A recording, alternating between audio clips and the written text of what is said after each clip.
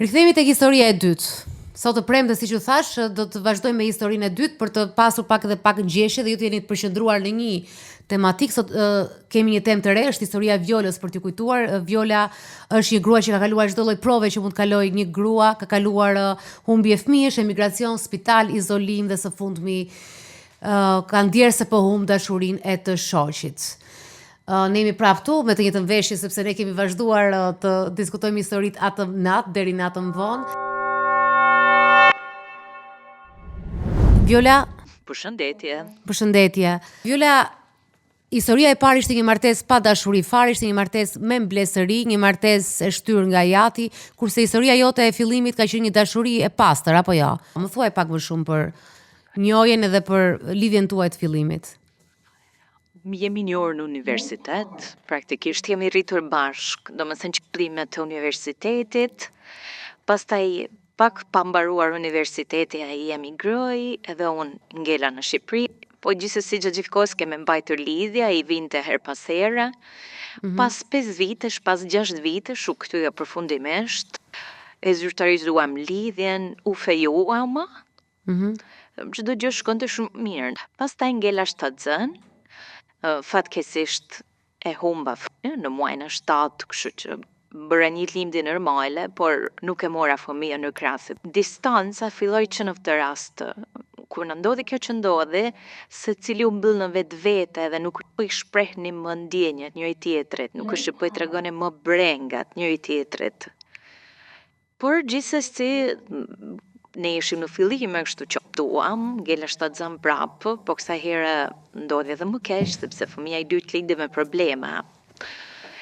Pas një kalvari vuajtjesh të gjata në Shqipëri, ne transferuam e shteti për fëmijën. Ka qenë periudhë Covidi që nuk vinin dot të dy prindrit, duhet vetëm njëri, edhe në shtetin ku do transferoheshim, unë kisha një avantazh sepse dija gjuhën edhe erdha unë me fëmijën.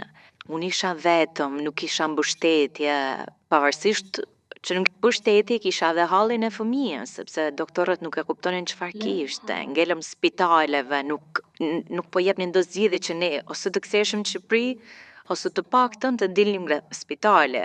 U bashkua edhe bashkëshorti pas shumë kohësh, kemi bërë gati 1 vit e ca, pastaj u bashkua edhe ai, u transferuam në një spital tjetër, aty i dhanë pak a shumë zgjidhje. Nuk i thanë zgjidhje, bën stabil rastin e fëmijës, edhe ne dolëm nga spitali. Burri vazhdonte të punonte nga Shqipëria, kurse unë jo, sepse një herë isha në periudhën pas lindjes, pastaj kisha fëmijën që nuk është më jep mundësi të punojë dhe punonte vetëm burri. Të merr rutina, sidomos kur ke një rast me një sëmundje kronike, secili edhe unë edhe burri, secili mbanim ndjenjat për brenda, nuk është që i flisnim, nuk është që i tregonim njëri tjetrit, sepse kishim filluar distancat që në periudhën kur unë isha këtej. Në momentin që ti je larg edhe po vuan, edhe nuk, pavarësisht që flet në telefon, nuk ke mundësi t'ia shprehësh ndjenjat ashtu siç janë, mos komunikimi, mungesa e komunikimit krijon mure. Pastaj, pasi dolëm nga spitalet, ngela shtatzën, linda edhe një fëmijë tjetër që shqyqur Zotit nuk ka asnjë lloj probleme, s'kishim asnjë dorë që të na ndihmonte, burri u bë shumë nevrik, filloi të bëhej shumë nevrik, bërtiste gjithë kohës, filloi edhe të më gjuante, filloi t'i dukej sikur nuk po bëja asnjë gjë, sepse në periudhën kur jemi njohur ne edhe kur kemi qenë të fejuar edhe të martuar në Shqipëri, unë punoja, kisha pavarësinë time, kurse këtu fakti që duhet rrihet gjatë gjithë kohës në shtëpi, të di se si mund t'je se si i duket, se të thështë akoma kjo histori, se si i duket, por ma përmend gjatë gjithë kohës edhe faktin që punon vetëm ai. Gjithë kjo histori, domethënë kanë kaluar shumë kohë, kanë kaluar gati 6-7 vite, rri në këtë martesë vetëm sepse janë fëmijë dhe unë vërtet kam të pamundur ta çaj jetën këtu ku jam vetëm. Nëse do i kisha mundësi të ndryshe, do isha ndarë që kur. Keni folur ndonjëherë bashkë për këtë situatë? Je shprehur ti se si ndihesh? Jam shprehur, por tani është pak voën. Tani ne nuk është e flasim më për të sqaruar, ne flasim për të akuzuar njëri tjetrin, nuk e di, nuk është që gjejmë do të më gjuhën e përbashkët. Po në raport me fëmijët, si është ai? Jo, ai punon në shtëpia dhe me thënë të drejtën më ndihmon, domethënë sepse fëmia që ka probleme është shumë i rëndë. Gjatë gjithë kohës, për shembull, nëse duhet ta ngrejmë televizin, merret ai gjithkohës me të. Ne vazhdojmë sikur nuk ka ndodhur asnjë gjë, po të dy në momentin që zihemi shumë, në momentin kur ti nuk i mendon më fjalët që po thua dhe thua fjalët e vërteta, edhe vetëm atëherë më thot ato që vërtet ndjen dhe unë i them ato që vërtet ndjej. Vjolla, kur morët vesh që djali ishte i smur, si ka reaguar ai? Kur e morëm vesh që djali ishte i smur, ishim në Shqipëri dhe mjekët nuk është dinin se çfarë kishte eksaktësisht. Edhe të dy ishim me shpresën që shiko se mund të bëhet më mirë, mund ta kalojmë, mund ta përballojmë edhe këtë. Po më pas, kur u përballet edhe me vështirësitë e sëmundjes së tij? Nuk është që kemi fajsuar njëri tjetrin, por për shembull kur bëhet më nerva, ndonjëherë më thotë që shiko se është faji jot që fëmia është kështu siç është, sepse më mbrapa u gjet janë gjetur motivet pa janë gjetur arsyet e pse i ndodhi kjo djalit, fëmijës edhe fëmijës së parë, kështu që ishte nga sikur trupi ju thash jot. edhe më. Po, Si ndihesh? nuk ndihem më fajtore për këtë gjë, sepse unë nuk është që e bëra me qëllim. Unë kam bërë paqe me këtë gjë. Kam bërë paqe, kam bërë terapi dhe tani është një gjë që thjesht e kam pranuar. Po me fëmijët e tjerë si është? Me fëmijët e tjerë dhe me fëmijën që ka probleme është jashtëzakonisht shumë i dashur. Me fëmijët nuk ka asnjë lloj probleme. Jemi thjesht një të dy që jemi distancuar. Po marrëdhënie intime keni? Kemi, po. Ne flem në të njëjtin krevat. Vetëm pse nuk komunikoni më, komunikoni për gjëra shtëpie apo bëni sherr? Po, Sa kuptova. vetëm për këtë. Po. Më duket sikur Vjolla është lënduar nga akuzimi i partnerit, që shprehet, siç e thot ajo, në mënyrë të sinqertë vetëm kur ka konflikte. Edhe kjo mund të ketë ndikuar drejt për drejt më pas edhe tek ndjenja që ju keni reciproke me njëri tjetrin. Pra dashuria. Të ka Edhe lënduar kjo kjo ka gjë. ndikuar, edhe kjo më lëndon akoma, nëse thot për më shumë më kanë kur e mendoj të gjitha gjërat që kam kaluar, më shumë më kanë lënduar gjërat që unë pretendoja që duhet të bënte edhe nuk u bën, ose gjërat që unë pretendoja që duhet thuheshin edhe nuk u thanë. Ose mbështetjen që unë pretendoja që duhet të merja dhe nuk e mora. Po për Çfarë shembull në fjalësh kishe periudhën kur nevojë ishim Vjolla që nuk t'u thanë? në periudhën kur unë isha nëpër spitale, për shembull, kisha shumë nevojë që ai të mbante mend datat e të gjitha vizitave, të gjitha gjërave që duhet bëni me fëmijën, ndërkohë që kur ja tregoja ai harronte. Edhe mund ta justifikoj sepse punonte, por unë isha këtu e vetme, kisha nevojë për dikë që të më merrte për shembull përpara një vizite shumë të rëndësishme dhe thoshte, "Okej, do dali mirë, mos u shqetëso." Edhe po s'doli mirë, ne tashmë jemi mësuar me këtë gjë. Pavarësisht që erdhi edhe kuptoj gjëra që unë kisha kaluar prap, nuk e ndjeva më atë mbështetjen që prisja. Unë shoh edhe një lloj frustrimi shumë të madh të tij për në rolin që ka si provider, pra rolin e tij si kryetari i familjes të kuptimit ekonomik, financiar. Më duket sikur i është amplifikuar ky stres, se momenti që ai e di shumë mirë që djali do 24 orë për kujdesi dhe ajo duhet të ri këtu, se në histori ti Vjolla kur je rrëfyer ke thënë që ke mbaruar universitetin, di 3 gjuhë huaja, ke punuar, domethënë ke pasur ato dhe ndoshta edhe kjo figura e saj e kujdestares. Shoh që shumë të frustruar te kjo pjesa që duhet ja dal vetëm unë, domethënë. Dhe më duket pak e çuditshme, jo pjesa frustrimi, po pjesa që ai nuk e kupton, nuk e ka këtu faktin, e ka parasysh faktin që ajo po rrit fëmijë dhe po kujdese për një djalë që do ta çojnë në spital, sepse edhe sot ishe në spital apo jo? Në jam akoma. Je në spital? Ja, po flet nga spitali. Pra, ai ka situata emergjente, e duhet të jetë aty. Kështu që më duket pak që ai injoron këtë fakt edhe është e ditur në shumicën e rasteve gratë marrin role të gjithëanshme. Po jo, ajo papjekuria e tij, domethënë ose mos dëshira e tij apo mund të jetë edhe një mospranim. Mospranim. Që ai nuk e pranon që djali i tij është i smur dhe që sjell kaq shumë angazhim pas dhe akumulohet si frustrim ose del paktën si frustrim tek partnerja dhe po si mund mos ta pranoj një njeri kur janë faktet aty dhe në moshë të 40-at Kjo më bën çudi pak. Si nuk e pranon dot ai që gruaja duhet të rrinë në shtëpi, ai po, vetëm ai mund të mundsoj ekonomikisht. Dhe ai duhet të rrinë në shtëpi të kujdeset për një djalë që ka një nevojë dhe mund të ketë situata, kriza të papritura. Nuk e pranon, sepse në mendjen e tij mund të ketë edhe një formë ideale të familjes, që është një fëmijë të shëndetshëm, që nuk ka nevojë për kujdesje dhe mospranimi vazhdon të jetë prezent, pra nuk e ul intensitetin, që nga fillimi kur është marrë vesh lajmi deri në vazhdim e vjen në njëjta sjellje, të cilën ndonjëherë kthehet në model. Pra ti vazhdon e përdor këtë lloj sjellje ose reagimi sepse të mësohet të bëhet në atë formë. Ndoshta një stres i vogël i punës mund të vi një i akumuluar ose i shprehur drejt djalit ose drejt nënës, në këtë rast partneres së tij. Pra bëhet një formë jote. Ne kur flasim të paktën atë që kuptoj unë nuk e pranon këtë gjë, por ai domethënë pretendon që të vlerësohet për këtë gjëra që po bën, dhe ndoshta unë nuk kam gjetur mënyrën e duhur ta vlerësoj ose ti shpreh vlerësimin tim, pavarësisht që secili nga ne po bën detyrën si prind.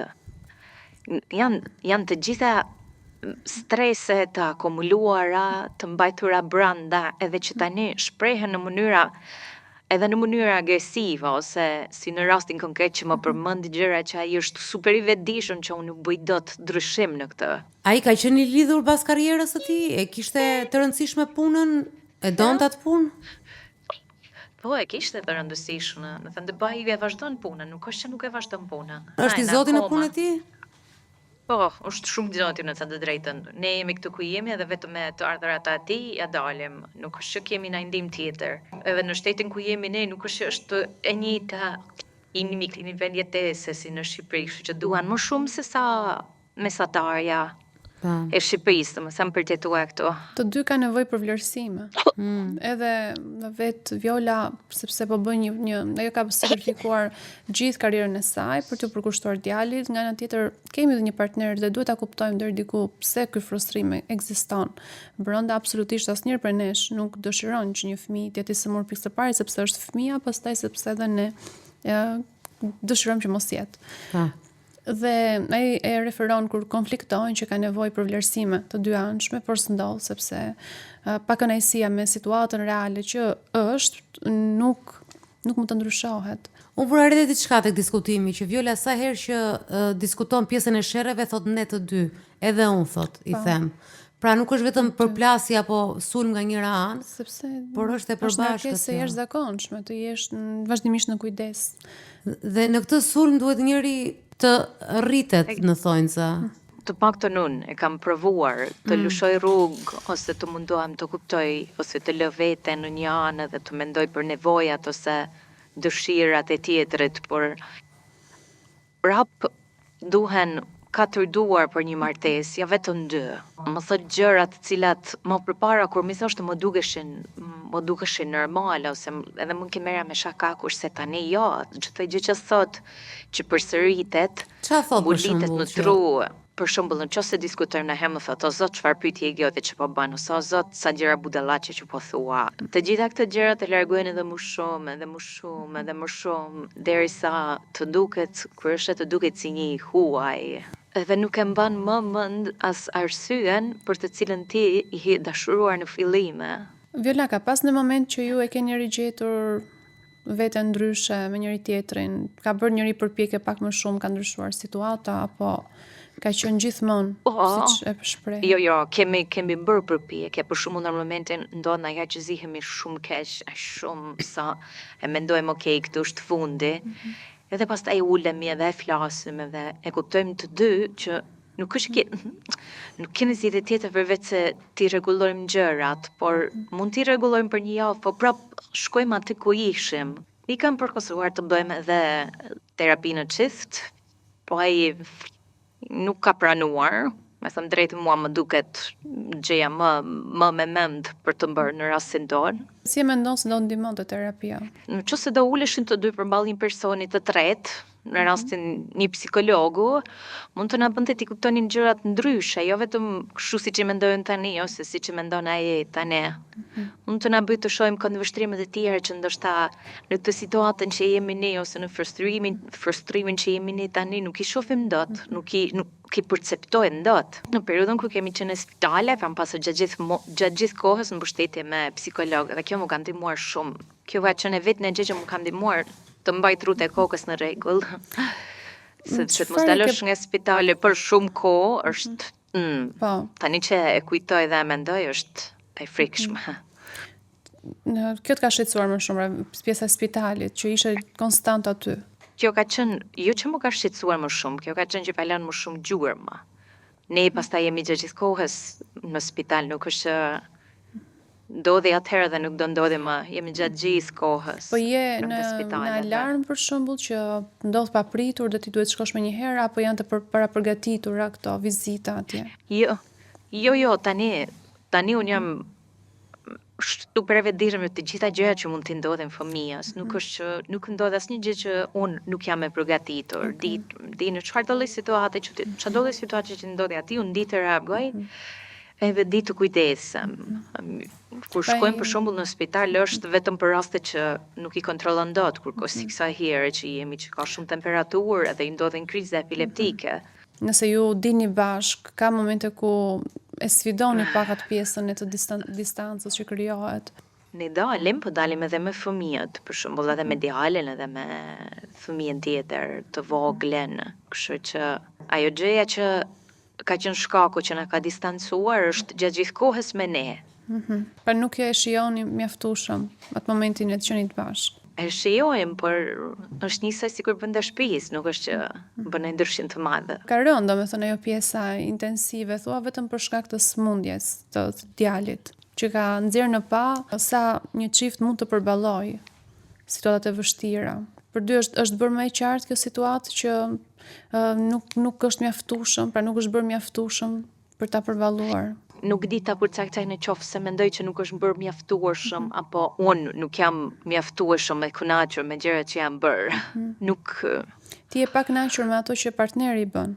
Karshi me jo karshi familjes. Të bëj një pyetje kështu që mund të tingëlloj shumë europiane. Nëse ti ikën nga shtëpia, kush rri me djalin? Në qoftë se vinë prindrit e mi, në qoftë se vinë prindrit e burrit, po jo, nuk prapë edhe ata nuk është din ta menaxhojnë situatën me fëmijën, sepse ka. Pra, në rast se ju ti do propozoni që të ishit, se këtu ka dhe një lodhje shumë të madhe. Të ikni diku bashk, nga të premten kthehesh të shtunën, nuk bëhet dot. Jo.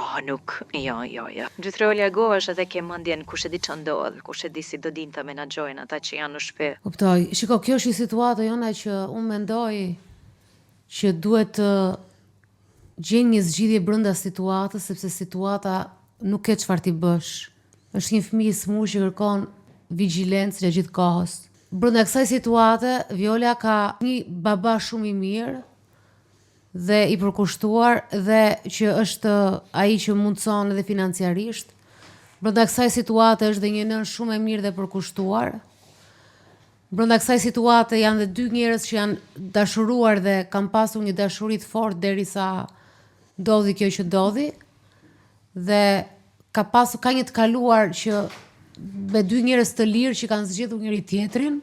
Në këtë situatë, pastaj janë edhe dy njerëz që çdo lloj frustrimi e përplaset e njëri tjetrit, sepse në atë shtëpi ku kryesisht nuk lëviz, ai nuk lëviz më nga shtëpia dhe nuk shkarkohen përplasjet as diku tjetër, as shkarkoni te njëri tjetri në kuptimin ta shkarkoni bashk, qoftë të ikni, të rini disa orë duke parë njëri tjetrin kot, të bëni një muhabet kot.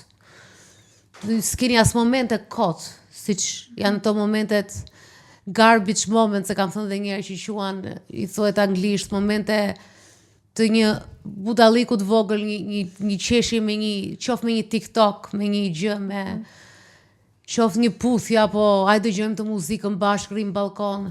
Dhe këto janë gjërat e vogla që unë ndoshta mendoj të paktën të punosh për ca momente brenda kësaj. Dhe nga ana tjetër, ai ndoshta e ka të shprehur, nuk e ka të mirë, dhe ndoshta do maturuar te kjo pjesë, di si.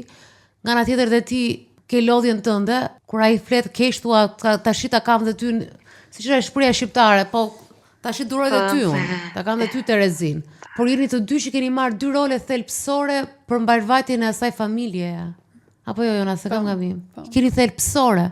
Absolutisht jeni 50-50. Dhe kam shumë që jeni 50-50 dhe në lodhje, jeni 50-50 në frustrim, jeni 50-50 ndoshta edhe në atë i natin e brendshëm pse na ra ne, pse ne, dhe në një keqardhje dhe një dashuri të madhe që keni për djalin, padyshim dhe për fëmijët e tjerë.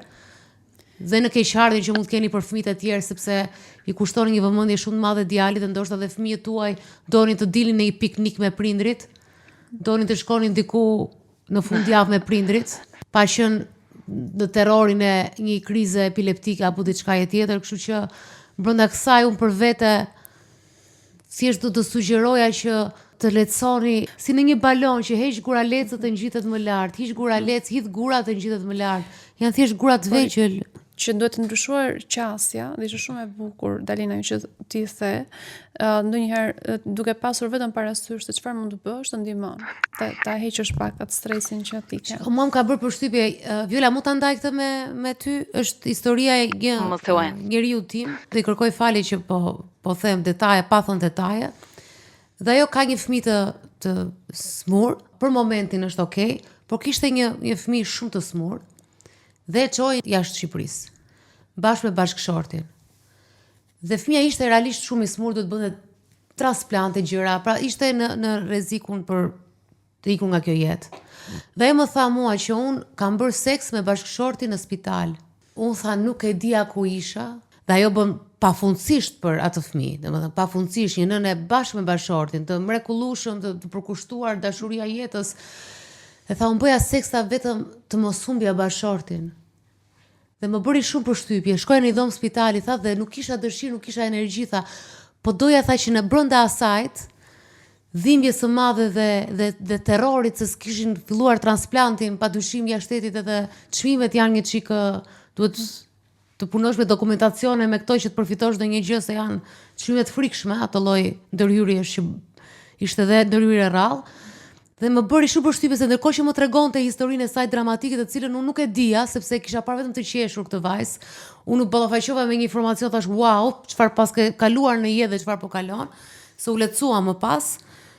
Dhe ajo në tërë dhimbje tha u bëja seks dhe unë në atë moment ngela se nuk përfituroja dot një çift që hajde e lëm fëmijën tash në dhomë edhe ikim e bëjmë 2 sekonda, po tha sa e rëndësishme tha ishte kjo.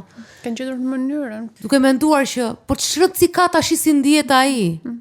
Po tha ajo ishte një gjë që i duhej atij. Mua nuk më duhej në atë moment. Të paktën kishte një gjë normalitet. Dhe her pas here nëse ti sheh kinema, se po të orientoj te kinema, se ndoshta s'kemi referenca shumë. Po edhe në shoh se ke kinema në çdo një herë në disa nga filma më të bukur të historisë botërore janë pikërisht to histori ku çiftet gjejnë një normalitet brenda një anormaliteti. Dhe unë besoj që ju duhet të mundohesh sepse ka shumë të ndahesh me thikë është e pamundur, po kjo lloj ndarje më duket Jona sigurisht dhe me ndarje me peng dhe po të ndahesh, thua një sekondë se ai ka bërë, unë kam bërë. A mund ta vrasësh mendjen të paktën meqense ti ai që merr telefon dhe jo bashkëshorti, ti ai që kërkon terapi dhe jo bashkëshorti. Se si mund të gjesh disa situata të bësh një lloj normaliteti brenda kësaj? Ne na ndodh për shembull kur vën të dy fëmijës në gjumë, që ulemi të dy para televizorit ose ai me celularin e vet, me celularin tim i dërgoj njëri tjetrit ndonjë gjë edhe filloj me qeshim. Ndodhin këto momente të vogla ose kur ulemi të ham bashkë. Ndodhin këto momente të vogla që ti ja kupton që shiko se ka ende shpresë. Por hapësirat janë aq të mëdha. Aq të mëdha sa më duket sigurisht tashmë është e pamundur nëse nuk mundohemi të dy që t'i mbushim. Atë bëj një sugjerim kot, se kam bërë kur më përpara. Jona nuk e di nëse do jesh dakord. A ke guxim ta vësh këtë histori që po ndodh sot të intervistë? Mund ta vësh në shtëpi, në makinë, në YouTube, në televizor? E vë dot në praninë e tij? Për momentin nuk më duket aq më ndihap për sa ta pranoj që unë pa ndaj me shumë njerëz. Patjetër që do bësh edhe një sherr tjetër nga këto që ke bërë. Është edhe një tjetër. Por do ta dëgjoj, ndoshta në sherrët tuaja të lodhur tani dhe sherrët të lodhur, ama fjala e lodhur që përdoret kohë pas kohë, tek ju ka vlerë, të ezauruar fizikisht, shpirtërisht, mendërisht, ndoshta do ishte do rrinte me atë, do flinte me atë. Do dëgjonte ndryshe. Nuk e di, a kisha të drejtë apo? Interesante shumë. Thash, Kam në rajon. nuk e di pse më erdhi kjo, s'ka ardhur kurrë para si lloj çifti që tregoja partnerit apo dikujt tjetër këtë histori, po më erdhi në këtë rast. Mos ndihet më shumë i sulmuar se çfarë ndihet nga vet Viola në diskutimet që bën dhe ta dëgjoj ndryshe sepse ne prekëm dhe tham që ai ka të drejtë të ndihet edhe me agresion ose me agresion që shpreh së brendshmi, jo pa kaluar ndoshta në agresivitet. Në fakt e ka shprehur edhe agresivitetin fizik. Kjo është ndonjë gjë që nuk e fal dot. E ka bërë shpesh apo Nuk dua ta minimizoj, po as ta hiperbolizoj, por nëse ka ndodhur një herë, mjafto. Gjithsesi ka ndodhur më shumë se sa një herë. Gjithmonë ka ndodhur për arsye komplet banale. Më mbrapa kur ulem edhe i mendoj se mos si ka mundësi që ne të dy persona që e kemi dashur kaq shumë njëri tjetrin, e lëm një situatë kaq të vogël të bëhet kaq e madhe, më ikën truri kur e mendoj. Por shumë dos tashmë. Kur debatojmë nuk e mendoj dot anën e tij, mendoj vetëm timen. Të njëjtën gjë bën edhe ai edhe. Të dy flasim. Po, nuk zgjidhim asnjëherë asnjë gjë edhe kalojmë në konflikte të tilla. Po kur the shpresë që ende ka shpresë ke marrëdhënie, për çfarë e kishe fjalën? Kjo që po kaloj nëse vendos ta ndërpres martesën është e pamundur, unë vetëm nuk le dal dot. Këtu ku jam. Edhe mundohem që të kujtoj momentet e bukura ose të gjej ndonjë gjë të bukur në gjithë rutinën tonë, gjithë këtë që po kalojmë, të gjej ndonjë gjë të bukur dhe të kapem fort pastaj. Këto gjëra mendoj unë që se mund të ketë akoma shpresë. Pastaj kur pasi zihemi edhe kur vendosim që të pajtohemi, që ulemi të dy edhe bëhemi të dy shumë të ndjeshëm, e kuptoj që akoma ka ndjenja. Përderisa e thua që uleni dhe ka momente ndjeshmërie, ka shpresë.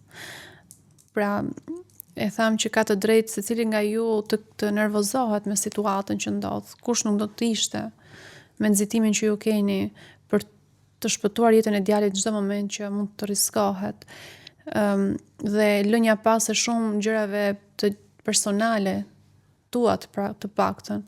Dhe gjithë kjo krijon brenda trupit tension. Dhe si do shprehet me konflikte.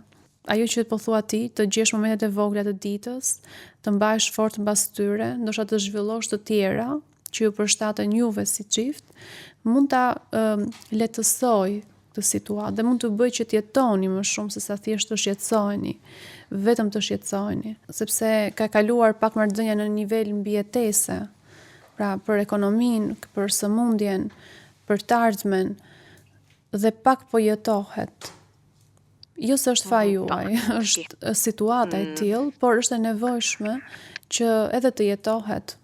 Keni të drejtë dhe ti të shkëputesh pak nga roli i madh i ngarkesës që ke marrë dhe mendoj se duke u shkëputur ti, do jesh më pak konfliktuale me të. Dhe ai duke kaluar më shumë kohë me djalin në momentin që si e ti dhe duke lënë më pak liri për të kur ka nevojë, mund të jetë një mënyrë lehtësimi. Është pak situatë pa fjalë, sepse Viola jeton çdo ditë këtë gjë. Është shumë dhe unë e di sa e vështirë mund të jetë. Është shumë e lehtë të japësh mendim ose të japësh këshilla, por ti vësh në praktikë është absolutisht. Nuk është edhe aq e lehtë. Absolutisht. Unë mendoj që të dy jemi të vetëdijshëm se çfarë duhet të bëjmë, por nuk po gjejmë dot rrugën që ta bëjmë këtë gjë. A nuk gjeni dot pak motivim edhe tek fëmijët e tjerë që keni? Se keni dhe 2 fëmijë të shëndetshëm që kanë një detyrë. Ata janë që na kanë vënë, ne kanë ndryshuar komplet perspektivën e jetës. Nuk mendojmë vetëm keq, po kemi dhe pozitivitet në jetën tonë. Kjo ka qenë një gjë shumë e madhe. Tek ata mbahemi, tek ata mundohemi të gjejmë shpresë edhe ne, që mendojmë shiko, ne të dy bëmë edhe gjëra të bukur, bëmë edhe 2 fëmijë të tjerë të shëndetshëm. Nuk ka përgjigje, domethënë, për sepse tha dhe vetë Viola që Pikërisht. është më lehtë nga dikush tjetër për ta jetosh atë, unë thjesht mund ta imagjinoj dhe më rënqethet mishi, them drejtën, të bësh një jetë ku duhet të jesh në konstant duke luftuar për jetën. Megjithatë ka një lajm të mirë, të çuditshëm fakti që Viola telefonon dhe ndihen se ka diçka në martesën e tyre, sepse në të tilla raste shumë njerëz as nuk do t'ja vinin fare veshin dhe do thoshin ja tashi se kemi këtë hall edhe pra ky është lajmi i mirë. Gjithmonë edhe e thamë në historinë e parë, lajmi i mirë kur njerëzit opa ka një sinjal që çfarë të bëj unë, që do të hapesh, të marrësh ka një lajm të mirë kur ti do të shkosh në terapi. Ka dhe një lajm shumë të mirë në këtë historinë tuaj që janë të dy njerëz që përpiqen njësoj, sepse historia ka treguar dhe statistikat kam përshtypjen që janë të larta, nuk e di ona të meshkujve që braktisin. Po, ne kemi prekur tek rastet me familjet që kanë një të sëmur, edhe pam se sa e vështirë është, se si janë braktisur realisht gratë. Braktisja vjen edhe sepse dikush nuk është mësuar ose nuk di si të ndihmoj, jo gjithmonë vjen nga mungesa përgjegjësisë, por është një përballje shumë e vështirë për ta. Kjo nuk është për të justifikuar, por ndos, frikësojnë shumë marrjes, sepse nuk din, pra duke mos ditur ti fillon edhe të vihesh në një situatë alarmuese dhe çfarë zgjedh largimin. Por patjetër kur ti ke përgjegjësinë e fëmijës, ke një partner, ke një partnere, normalisht ky largim gjykohet shumë edhe dikush edhe detyrohet të qëndroj me gjithë frikat e veta dhe pastaj mësohet, rrit rezistencën e tij. Pra ti mësohesh me këtë. Siç është ajo shpreha, ajo gjë që nuk të vret të bën më të fortë. Edhe ky është rasti i Violës, pra ata janë mësuar praktikisht me këtë. Përballjet e para janë vështira. Për ne është normale tashmë. Është bërë normale. Dhe sfidat e reja normalisht i përballon akoma dhe me lehtësi sepse të mëson, pra vetë pjesa e stresit.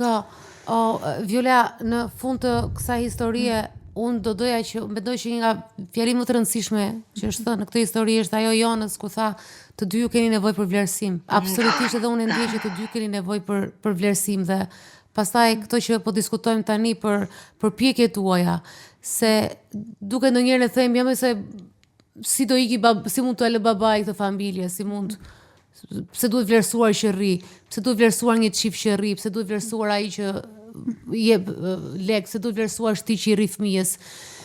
Shiko, do vlerësuar sepse është e vështirë, janë sakrifica të mëdha.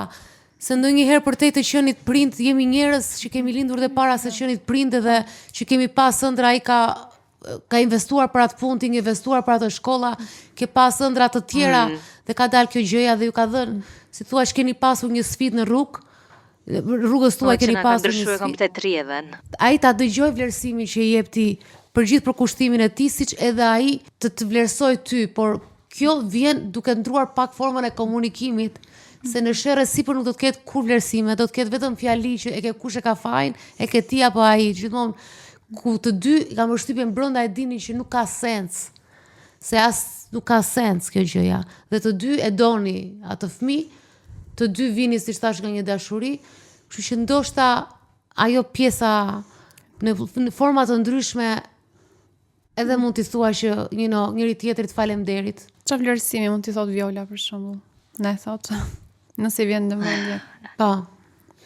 Ta mbyllësh me një vlerësim për partnerin. Mund të them faleminderit shumë që ke bërë kaq shumë për familjen tonë, që ke qenë afër nesh në një periudhë shumë të vështirë, që po bën akoma kaq shumë për ne. Faleminderit që jeni baba i mrekullueshëm. Çfarë do doje dëgjoje ti nga ai? Mendoj që të njëjta gjëra. Faleminderit shumë për të gjitha gjërat që ke bërë për familjen, për fëmijën, mbi të gjitha. Të jam shumë mirënjohëse për këtë familje që kemi krijuar me sfidat edhe me të gjitha gjërat që po kalojmë. Sa e bukur u bë tash ajo fjala faleminderit. Po shumë e bukur dhe ishte prekse. Unë vazhdoj preke. Po kjo jam unë nuk dyshoj. Ishte prekse sepse ne harrojmë shumë këtë gjë ta bëjmë. Ajo faleminderit është everything, është çdo gjë. Është bërë tashmë, e përdorin shumë edhe ndoshta kemi zvogluar kuptimin, po në momentin që ti e the, të betohem, ishte kështu si ajër. Domethënë nga ajo zëmsia që kemi për plasje, gjëra ajo sikur u hap. Tashmë sikur më hap bota, sikur ishte një ajër në studio. Faleminderit për gjërat e mira. Ka shumë faleminderit këtu. Kam përshtypjen dhe thjesht po i numërove her pas here, ndoshta ato shumë falenderimet mund edhe të hapin energji të re. Po mund t'i bëj dhe falënderim vetes. Po, e thash dhe vetes, po patjetër. Po patjetër vetes parës. Vetes ja bëj gjithë kohës. Po të ta besosh, Vela, e beson. Do ta thuash që ta besosh. Shumicën edhe i besoj. Kam bërë shumë punë me vete që ti përballet i gjitha këto gjëra. Edhe përcjell shumë qetësi. Po. Vjola, urojmë më të mirat fillimisht që të kaloni këto ditë, këto të vështira gradualisht të përmirësohen. Të bëhet sa më lehtë për ju edhe pastaj të bëhet sa më lehtë për ju, siç thash, avash nga një gur. Hidhni nga një gur çdo ditë sa për një ndoshta një lehtësi vogël. Unë do t'i them faleminderit Violës që na bën të kujtoj se sa shumë gjëra ne jetojmë pa i menduar, me kaq liri sa i bëjmë. Po. Kështu që faleminderit Viola, vërtet. Faleminderit dhe juve. Më bë të ndihem shumë mirë. Faleminderit.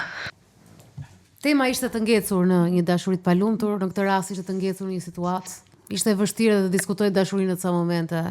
Shumë e vështirë. Nëse kjo tematikë e Violës ishte për të diskutuar kur ishin temat e sëmundjes më shumë, domethënë kishte vërtet të lidhur me atë ku ndonjëherë ti ndihesh i ngecur në histori dhe si ndikon, patjetër e lidhur edhe me sot, sepse ka një ndikim të jashtëzakonshëm. Po është realist, është ndikim realist, nuk është si historia përpara që thuhet se aty mungonte dashuria pa zhvilluar që nga fillimi, kurse këtu ka filluar dashuria, por është penguar nga një situatë realiste. Edhe ka dhe histori të tilla, ka shumë. Historia e tretë është Marcela, e cila filloi me dashuri, ishte një histori që nisi në bangat e gjimnastit dhe përfundoi në një martesë 20 vjeçare, por që mbas 2 dekadash ajo na solli në një letër për veten ku e fillonte letrën. Sot është e diela e parë në gjithë jetën time që më vjen keq për jetën time. Diela e parë që mendoj se vdekja do të ishte më e bukur se mbijetesa nëse do kisha luksin ta shijoja. Ka ardhur deri në këtë pikë në martesën e saj me një politikan. Theksohet, është pjesë interesante, nuk kemi pasur diskutim të tillë më parë. Marcelën do ta kemi në telefon, ne do ta kemi pas pak, por ju do ta ndiqni këtë pjesë të dielën në darkë. Pra, siç thash, ky program do ndahet në 3 pjesë. Pjesën e parë atë historinë e Mozës, një histori vërtet dramatike, e vështirë, e një ngecje në një martesë të palumtur që ditën 0 e ndoqët dje, pra të ente në orarin e rregullt të Dalina Show. Sot sapo dëgjuat historinë e Violës, një ngecje tjetër martese, por një ngecje e cila nuk ka rrugë zgjidhje. Vetëm të rregullohet brenda vetes, sepse në mes është një fëmijë i smur që ka nevojë për kujdesje 24 orë. Dhe do të kalojmë në një ngecje tjetër që duhet ta kuptojmë pse, se nga fillimi duket sikur edhe mund të mos jetë kaq e ngecur historia, por do mësojmë detajet më shumë nga Marcela të dielën në darkë. Dhe kështu që ju keni mundësi që t'i shihoni të gjitha historitë, t'i shihoni, të reflektoni, veç në kozgjatin e tyre të plot, aq sa zgjat rrëfimi dhe kërkimi ynë me pyetje dhe me analizat, me ndërhyrjet analizat e Jonës. Kështu që të takohemi prapë të dielën. Ne do të vazhdojmë ndërkohë historinë dhe t'u bëjmë gati për ju. Faleminderit. Andale!